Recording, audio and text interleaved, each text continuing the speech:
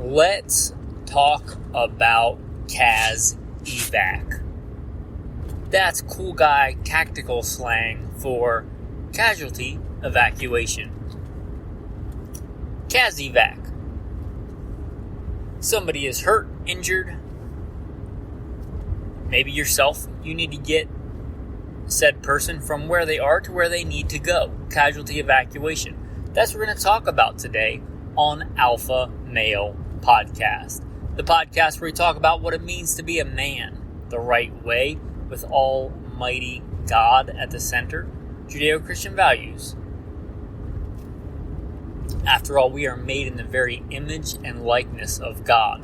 Strong, dominant, and in control. We don't apologize for that. I'm going to put in the bio, establish some street cred for what we're going to talk about today. While you're listening to it, or fast forwarding, if you wouldn't mind liking, subscribing, hitting some stars, leaving a review, all that jazz. Maybe sharing the episode with somebody you think would enjoy it. I'll roll into a quick abbreviated bio and then into the main topic. First and foremost, I am a Christian. I don't apologize for that. God is number one in my life. I grew up hunting and fishing in the backwoods of the southeastern United States at a very early age. Some of my earliest memories are with firearms. I joined the Marine Corps at 17, did a couple of combat tours in Iraq. By God's grace, He got me through that safely. After that, I served as an instructor, an urban warfare instructor and a desert warfare instructor for the United States Marine Corps. I also served with the LAPD, both full-time as a sworn police officer and in some more specialized assignments, as well as serving in the U.S. Army, full-time and part-time National Guard. I've been a FBI firearms instructor, still am an FBI firearms instructor, have been for a lot of years, also NRA certified and some other three-letter government agency certified. I've been a private contractor for a three-letter government agency I won't specify. I've been the commander of a tactical team in a large metropolitan area. By God's grace, He got me through all that in one piece, not because I'm better, but because He chose to have grace and mercy on me. I've been a professional hunter and guide. Professionally hunted things like buffalo and elk. Not many people today can say they've done that, but I'm blessed to be able to say that I have. I've hunted everything from white-tailed deer on the East Coast to mule deer on the West Coast to gray squirrel on the East Coast to prairie dog on the West Coast and elk and bear and wolf and slain all manner of beast. A state rifle and pistol champion a few times over in a few different disciplines. Now those experiences, it's not because I'm bigger or badder, certainly not bigger. In fact, I met one of the patrons in real life and he said something to the effect of, "I thought you'd be bigger." Reminded me of that William Wallace movie where he's like, "Oh yeah, if William Wallace were here, he'd shoot lightning bolts out of his rear end." Well, I'm not William Wallace, but I am the person that did all those things in the bio. But not because I'm bigger or badder. I don't think that I survived when many other young, good men did not. I give all the glory and all the credit to God, all the talents and experiences that He's given me and the things that He's let me live through. I hope to use them to glorify God and to help you today. So if I boast in anything, it's not in my strength, it's in that God had mercy on me and saved me because He had a purpose for me. And hopefully I can use those talent, skills, and abilities to serve you today. So, on the Evac, this obviously should be done after your March algorithm. If you don't know the March algorithm, you should kind of replace the ABCs if you've been around the kind of first aid, emergency medicine, now tactical combat casualty care for a while. Anyway, it's the algorithm. First you secure the scene, you go through your March algorithm, massive bleeding, all the way down to hypothermia.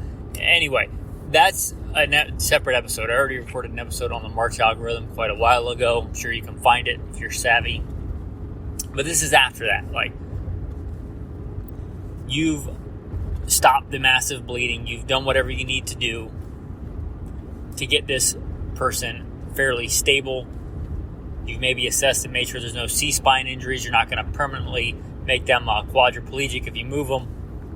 Things like that. And you've decided that it is the best course of action to move this person because they're somewhere unsafe and or they need medical attention. So you need to move them from where they are to where they need to be. We're starting with that in mind. Don't just assume you should always move a casualty. You should not. But sometimes you need to. So we're starting with that as the starting point of you've determined as a reasonable and prudent person that the best chance for this person to survive and or keep the use of their limbs, eye, whatever it is that they need to get evacuated. Casualty evacuation. Okay, now I should point out that this came from a question from a patron, Delta. Delta Rider is one of our longtime patrons. Thank you, sir. Anyway, he sent me a thing and asked me about this tubular nylon. And I'll be honest, I told him that, hey, I'm not going to talk about something I have zero experience with. I've never seen it. I've never seen it used. I've never even heard about it until he sent it to me. I don't know about tubular nylon. And it was in relation to casualty evac. So I'm not going to really talk about that other than say I don't really know about it. But I know a lot of other casualty evac stuff that I haven't covered. I thought about covering this on Gunfighter Life, but there may be times where you are doing Cas evac where you don't even have a gun or the other person doesn't have a gun. Now, hopefully that's unlikely because if you're like me and you're awake, you probably have a gun on you. But many people don't. So I thought this would be better to get on Alpha Male Podcast. That's where I'm going to put it out. But it's kind of adjacent. So casualty evacuation. Let's start off with one person carry. Classic one, fireman's carry. Fireman's carry somebody over one shoulder or fireman's carry somebody over both shoulders. As you might imagine, this is hard. And it's harder the bigger they are. So do your gunfighting buddies a favor and maybe don't have a bunch more weight than you need. And do yourself a favor too, for health reasons. But the bigger somebody is, the harder they are to carry. But that being said, fireman's carry is kind of your classic go-to. You throw somebody over one shoulder or you throw them over two shoulders. The good thing about one shoulder is they're easy to pick up and put down in case you need a rest or in case you're working in, let's say, a fire team or a team. It doesn't even have to be a tactical situation. You've got 3 or 4 people and you're taking turns because of the terrain or whatever. It just doesn't make sense to buddy carry, which we'll get to later. So you're going to put them on one shoulder and then set them down and somebody else is going to pick them up and you're going to rotate. So you're doing a lot of setting up or picking up and setting down. So you can rotate shoulders. Not a big deal. Short duration. If you're going a little bit longer, you may want a double shoulder. Throw them over the back of your shoulders. I'm sure you can picture that in your head and drag them. Or firemen's carry them that way. The other, I gotta move you right now, is just the drag. And there are many different methods of the drag. This is, or should be, a very short movement. Like somebody's getting shot at in a room. Your buddy is covering you and you're dragging somebody else out of the room behind cover. That's the kind of thing we're talking about. Or, you're at the scene of a car accident and there's gasoline everywhere and something's on fire. So you're going to drag that person away so they're not in the immediate vicinity of gasoline and fire. Right? It's like you just need to drag them quickly, get them out of that immediate danger area. A couple of ways to do this. If they're not wearing any kind of body armor or anything like that, you just sit them up and reach underneath their armpits and grab your own wrists and just start walking backwards. Just drag them. The other way to do this, less desirable, is to grab their feet and drag them. Just pick up their feet and drag them like a wheelbarrow. If you drag a wheelbarrow behind you instead of pushing. But you get the idea. You pick up their feet and you go. We're talking short here. You're not doing this for miles, right? Beating your buddy's head up or whatever. But if they're about to catch on fire or get shot, it's better than nothing. Now, in a lot of these scenarios, somebody's going to be wearing a plate carrier or body armor. Well, that makes it even easier. A lot of the body armor plate carriers have a handle on the back for this, so you can grab it and drag them. That ballistic nylon should be plenty strong enough. You just grab the back of their body armor, sit them up, and drag them. Or you grab both straps and just literally start walking backwards and drag them. It's a buddy drag.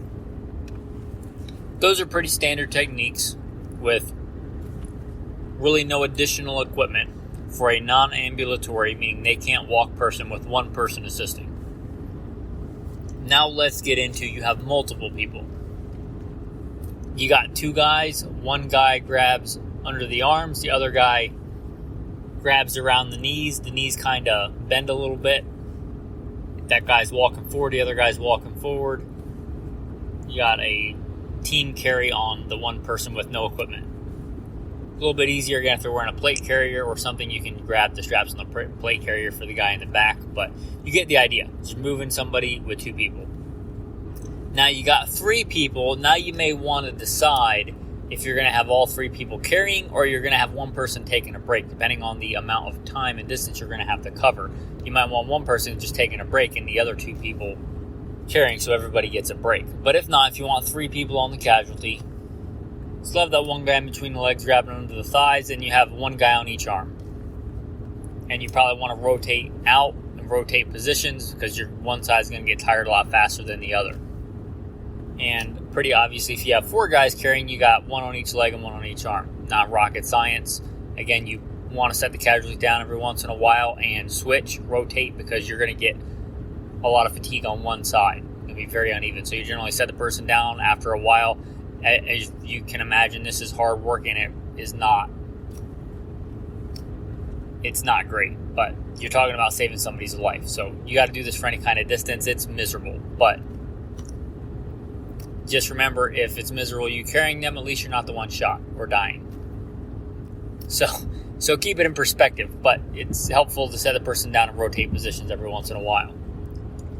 Okay, now let's talk about some stuff that I have used. And the classic one is a poleless litter. A poleless litter, they're not really expensive. It's just basically a kind of a purpose-built tarp. A litter is something used to carry casualties. Poles are better, but generally if you're dealing with pole litters, you're having like a massive operation. They're just hard to carry through. You're probably not carrying a bunch of those on your back. Poleless litters are light and small and can be carried pretty easily. Don't weigh a lot. And they have a number of handles. You set the casualty in there and you get, if you're just one person, you're just going to drag them on it. Or if you're multiple people, you're going to carry them with the poleless litter. This is slightly better because you have purpose-built handles. A little bit easier than, grabbing somebody under their arms.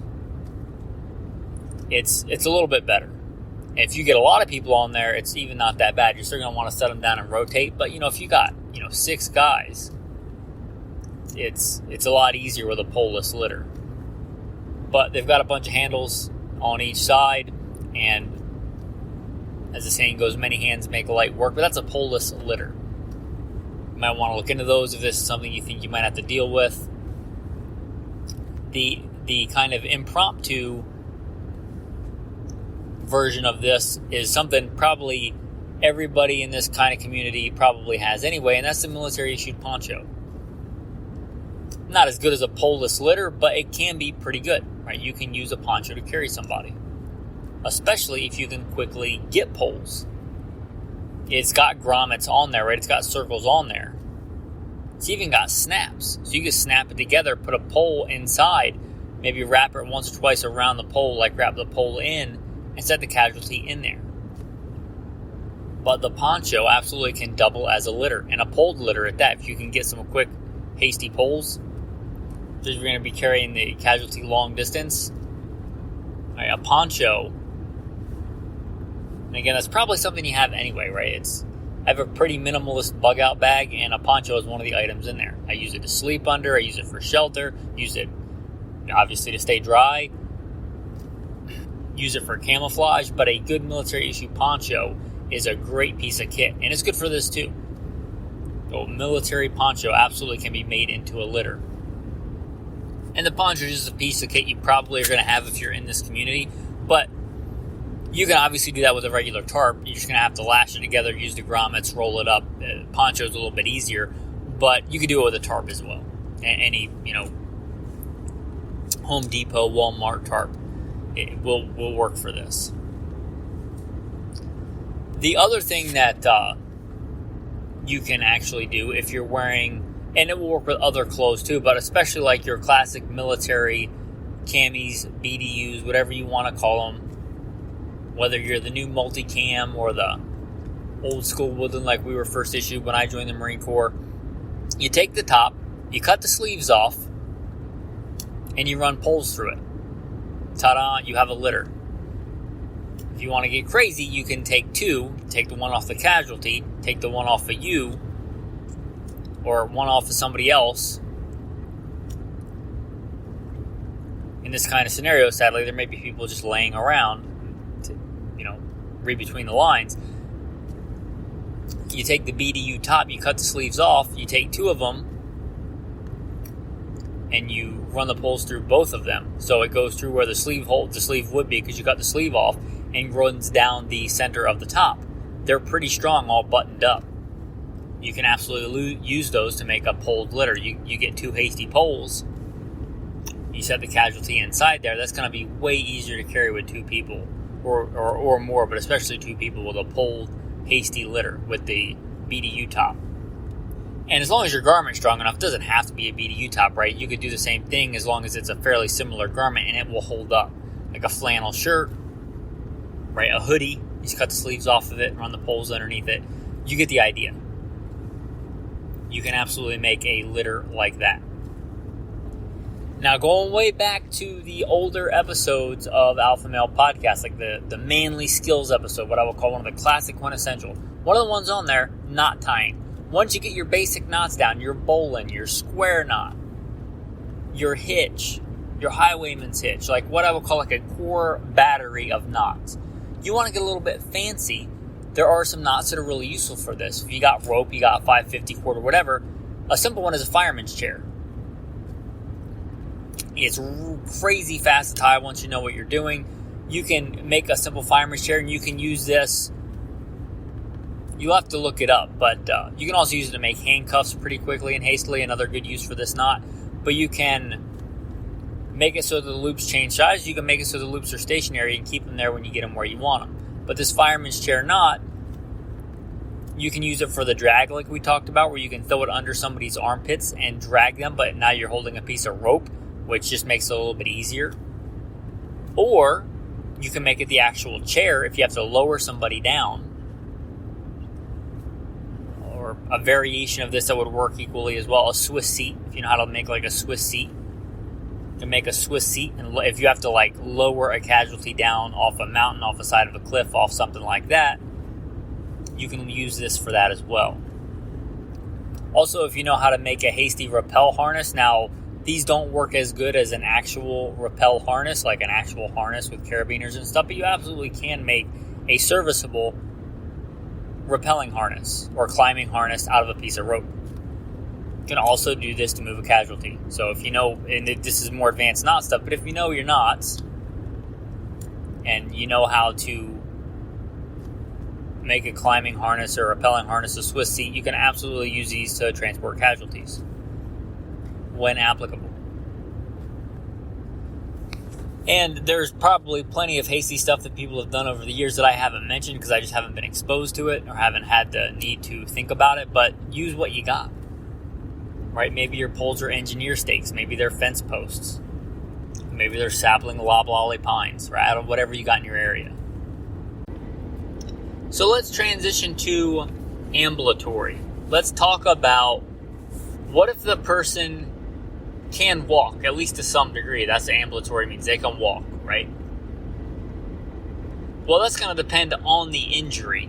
If they have, let's say, like a twisted ankle or something like that, you can take a garment or that poncho we talked about or anything like that. Again, know your knots.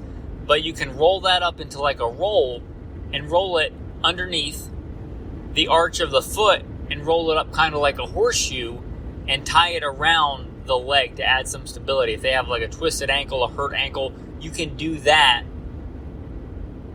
Again, not ideal, but if it's your only option, if you can't wait for help to come get them and transport them because you don't want to do any more damage to the ankle, But if that's not an option and you have to get out or you're going to die, you can do that and make it much less painful to walk on that ankle. You can make a splint with rigid objects like sticks. You can do the same thing with a knee injury if you need to splint that. A broken leg is going to be tougher for that. You're going to want to make at least 2 crutches if that's even feasible. Obviously, make sure, again, the March algorithm, make sure that a bone has not crushed or cut the femoral artery. You'll probably know that because their leg will be swollen up like a balloon. Ask me how I know. But you can make a splint or you can make crutches. Now, obviously, you're going to need something for that. If you're in the woods or something like that, you probably can make crutches. But you can make crutches and they can hobble along, especially 2 crutches. They can use their one good leg, right? So that's a thing. Again, kind of here, creativity, ingenuity, using that GT score, that is going to be your friend here. Like figuring out how to solve a problem with what you have. You're out in the backcountry and you break your leg, you probably don't have, actual medical crutches. You're probably not carrying those on your pack when you're elk hunting or whatever. You're going to have to make it with whatever you got. If you've got a decent working brain, which is easier than it sounds sometimes you're in a really stressful situation, but if you can stop and think and you have a knife, you can fashion most of this stuff in most environments. Anyway, that's probably enough on Evac, different techniques, different things that you can do. I'm not going to do a tactical tip of the day because it seems like this was like one series of tips on how to Evac. Your tactical verse of the day. You shall not be partial to the poor, nor honor the person of the mighty. And how does that tie into what we talked about today? If you're ever in a sticky situation, in a foxhole with somebody, literally, or a similar really sticky situation, if somebody is really badly injured, you don't care about their race, their color, at least you shouldn't. Their race, their color, their creed, their socioeconomic background, who they voted for, you don't care. You just want to help them, or hopefully you want to help them, and hopefully they want to help you. All that other stuff is just, it puts into perspective what's really important. What is the greatest of all the commandments? Hear, O Israel, the Lord our God, the Lord is one. And you shall love the Lord your God with all your heart, with all your soul, with all your mind, and with all your strength. This is the first commandment, and the second like it is this: you shall love your neighbor as yourself. There is no other commandment greater than these. Talking about loving your neighbor as yourself. Wouldn't you want somebody to help you if you were bleeding out on the side of a mountain, if you were bleeding out in a room and somebody was still shooting? Wouldn't you want help from somebody? Then you ought to be willing to step up and help those people as well. You shall not stand idly by while somebody takes the life of your neighbor. With that, thanks for listening and have a blessed day.